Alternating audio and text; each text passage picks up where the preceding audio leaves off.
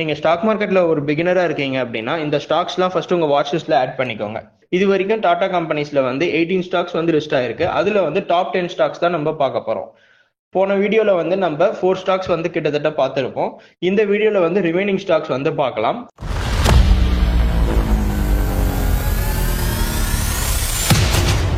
இதுல ஃபிஃப்த்தா பார்க்க போகிறது டாடா கன்சியூமர் ப்ராடக்ட்ஸ்.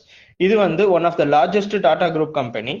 இவங்க வந்து என்ன பண்றாங்கன்னா இந்தியாலையும் இன்டர்நேஷனல்லையும் ஃபுட் அண்ட் பிரிவரேஜ் பிசினஸ் பண்ணிட்டு இருக்காங்க. இவங்க வந்து வேர்ல்ட்லயே செகண்ட் லார்ஜஸ்ட் டீ கம்பெனி வச்சிருக்காங்க. இவங்களோட பிராண்ட்ஸ் வந்து பாத்தீங்கன்னா டாடா சால்ட், டாடா டீ, ஹிமாலயா இந்த மாதிரி நிறைய பிராண்ட்ஸ் வந்து வச்சிருக்காங்க.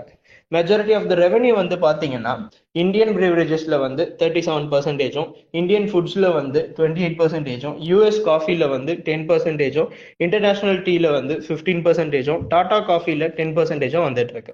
இதோட கரண்ட் மார்க்கெட் பிரைஸ் வந்து பாத்தீங்கன்னா 1172 கிட்ட ரன் ஆயிட்டு இருக்கு. மார்க்கெட் கேப்சர் வந்து 1,11,686 crores கிட்ட இருக்கு. பி ரேஷியோ வந்து 83லயும், ஹையா ட்ரேட் பண்ண வேல்யூ வந்து 1270லயும், லோவா ட்ரேட் பண்ண வேல்யூ வந்து 827லயும், ஃபேஸ் வேல்யூ வந்து 1 கொடுத்துட்டு இருக்காங்க. டிவிடெண்ட் ஈல்ட் வந்து per annum 0.67% கிட்ட கொடுத்துட்டு இருக்காங்க. இந்த கம்பெனியோட ரெவன்யூ வைஸ் வந்து பாத்தீங்கன்னா 2024ல 15,205 crores கிட்ட இருக்கு. நெட் ப்ராஃபிட் வந்து பாத்தீங்கன்னா 2024ல 1,300 crores கிட்ட வந்திருக்கு. இந்த கம்பெனியோட பர்ஃபார்மன்ஸ் வைஸ் பாத்தீங்க அப்படின்னா லாஸ்ட் 1 இயர்ல நியர்லி 37% கிட்ட ரிட்டர்ன்ஸ் கொடுத்துருக்காங்க.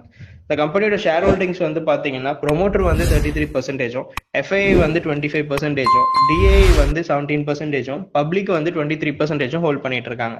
இந்த கம்பெனியோட பெரிய அட்வான்டேஜ்னு பாத்தீங்கன்னா நல்ல ஹெல்த்தி டிவிடெண்ட் வந்து மெயின்டைன் பண்ணிட்டு இருக்காங்க. இந்த கம்பெனியோட டிஸ்அட்வான்டேஜ்னு பாத்தீங்கன்னா ஸ்டாக் வந்து 6.95 புக் வேல்யூல ட்ரேட் ஆயிட்டு இருக்கு. அது மட்டும் இல்லாம ப்ரொமோட்டர் ஹோல்டிங் வந்து கொஞ்சம் கம்மியா இருக்கு. சிக்ஸ்தா பார்க்க போறது டாடா கம்யூனிகேஷன்ஸ். இந்த கம்பெனி என்ன பண்றாங்கன்னா cloud, wide range of communication and data centre services எல்லாமே ப்ரொவைட் பண்ணிட்டு இருக்காங்க. இது மட்டும் இல்லாம சிங்கப்பூர் ஏர்லைன்ஸ் கிட்ட கொலாபரேட் பண்ணிருக்காங்க. இவங்களோட கிளைண்ட்ஸ் வந்து பாத்தீங்கன்னா Dabur, HCL, Federal Bank, Aditya Birla, SpiceJet இந்த மாதிரி கம்பெனிஸ் கூட டைப் வச்சிருக்காங்க. இந்த கம்பெனியோட ரெவன்யூ வந்து எப்படி வருது அப்படின்னா இந்தியால இருந்து 44%, யூஎஸ்ல இருந்து 14%, யூகேல இருந்து 7%, சிங்கப்பூர்ல இருந்து 5% வந்துட்டு இருக்கு. இந்த கம்பெனியோட கரண்ட் மார்க்கெட் பிரைஸ் வந்து பாத்தீங்கன்னா 1,856 கிட்ட ரன் ஆயிட்டு இருக்கு. மார்க்கெட் கேப்சர் வந்து 52,882 crores கிட்ட இருக்கு. பி ரேஷியோ வந்து 49லயும், ஹையா ட்ரேட் பண்ண வேல்யூ வந்து பாத்தீங்கன்னா 2,085லயும், லோவா ட்ரேட் பண்ண வேல்யூ வந்து பாத்தீங்கன்னா 1,543லயும், ஃபேஸ் வேல்யூ வந்து 10 கொடுத்துட்டு இருக்காங்க. டிவிடெண்ட் ஈல்ட் per annum வந்து பாத்தீங்கன்னா 0.86% கிட்ட கொடுத்துட்டு இருக்காங்க. இந்த கம்பெனியோட ரெவன்யூ வைஸ் வந்து பாத்தீங்கன்னா 2024ல 20,968 crores கிட்ட இருக்கு. நெட் ப்ராஃபிட் வந்து பாத்தீங்கன்னா 2024ல 949 crores கிட்ட வந்திருக்கு. பிரைஸ் பர்ஃபார்மன்ஸ் வைஸ் பாத்தீங்கன்னா லாஸ்ட் 1 இயர்ல நியர்லி 15% கிட்ட ரிட்டர்ன்ஸ் கொடுத்துருக்காங்க. என்னதான் பர்ஃபார்மன்ஸ் வைஸ் ரிட்டர்ன்ஸ் கம்மியா இருந்தாலும் உங்களுக்கு ரீசெண்ட் கம்யூனிகேஷன் செக்டர்ல நடக்கிற இன்ஃபர்மேஷன்ஸ் எல்லாம் பார்த்துட்டு இருப்பீங்க. ஜியோ அண்ட் ஏர்டெல் ரேட் வந்து பாத்தீங்கன்னா காஸ்ட் வந்து ரொம்பவே ஏத்திருக்காங்க. அதனால டாடா கம்யூனிகேஷன்ஸ் வந்து பிஎஸ்என்எல் கூட ஜாயிண்ட் ஆக நிறைய வாய்ப்பு இருக்கு அப்படின்னு சொல்லிட்டு இருக்காங்க. என்னதான் இந்த நியூஸ் கன்ஃபார்ம் ஆகலனாலும் கன்ஃபார்ம் ஆச்சுன்னா இந்த ஸ்டாக் வந்து நல்ல இம்ப்ரூவ்மெண்ட் இருக்கும். இந்த கம்பெனியோட ஷேர் ஹோல்டிங்ஸ் வந்து பாத்தீங்கன்னா ப்ரொமோட்டர் வந்து 58%, எஃப்ஐஐ வந்து 18%, டிஐ வந்து 13%, பப்ளிக் வந்து 10% ஹோல்ட் பண்ணிட்டு இருக்காங்க. இந்த கம்பெனியோட அட்வான்டேஜ் வைஸ் பாத்தீங்க அப்படின்னா ரிட்டர்ன் ஆன் ஈக்விட்டி வந்து லாஸ்ட் 3 இயர்ஸாவே நல்லா கொடுத்துட்டு இருக்காங்க. நல்ல ஹெல்த்தி டிவிடெண்ட் மெயின்டைன் வந்து பண்ணிட்டு இருக்காங்க. இந்த கம்பெனியோட டிஸ்அட்வான்டேஜ்னு பாத்தீங்கன்னா ஸ்டாக் வந்து 29.8 புக் வேல்யூல ட்ரேட் ஆயிட்டு இருக்கு. இது மட்டும் இல்லாம லாஸ்ட் 5 இயர்ஸா சேல்ஸ் growth வந்து கொஞ்சம் புவராகவே டெலிவர் பண்ணிட்டு இருக்காங்க.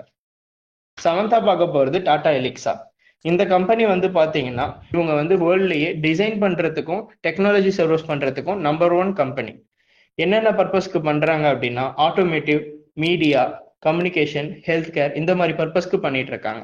பிசினஸ் வைஸ் பாத்தீங்க அப்படின்னா எம்பெடட் ப்ராடக்ட்ஸ் அண்ட் டிசைனுக்கு வந்து பாத்தீங்கன்னா 86%, இண்டஸ்ட்ரியல் டிசைனுக்கு 11%, சிஸ்டம் அண்ட் இன்டகிரேஷன் சப்போர்ட்டுக்கு 2.7% வந்து கண்டெயின் பண்ணிட்டு இருக்காங்க. கரண்ட் மார்க்கெட் பிரைஸ் வந்து பாத்தீங்கன்னா 7,005ல ரன் ஆயிட்டு இருக்கு. மார்க்கெட் கேப் வந்து 43,625 crores கிட்ட இருக்கு. பி ரேஷியோ வந்து 55லயும், ஹையா ட்ரேட் பண்ண வேல்யூ வந்து 9,200லயும், லோவா ட்ரேட் பண்ண வேல்யூ வந்து 6,400லயும் இருக்கு. ஃபேஸ் வேல்யூ வந்து 10 கொடுத்துட்டு இருக்காங்க. டிவிடெண்ட் ஈல்ட் வந்து per annum வந்து 1% கிட்ட ரிட்டர்ன்ஸ் கொடுத்துட்டு இருக்காங்க. இந்த கம்பெனியோட ரெவன்யூ வைஸ் வந்து பாத்தீங்க அப்படின்னா 2024ல 3,552 crores கிட்ட இருக்கு.